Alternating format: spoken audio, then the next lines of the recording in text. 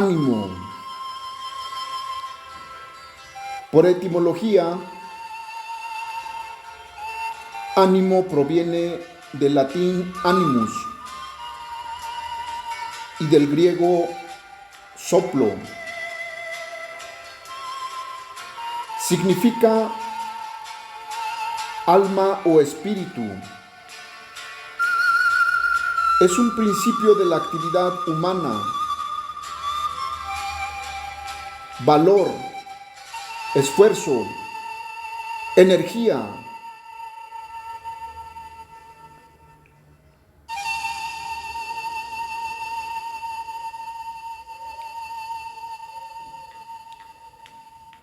Intención, voluntad, pensamiento.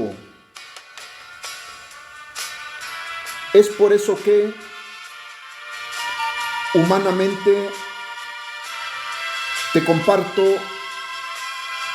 la palabra ánimo, pues ante las circunstancias adversas de la vida, ánimo.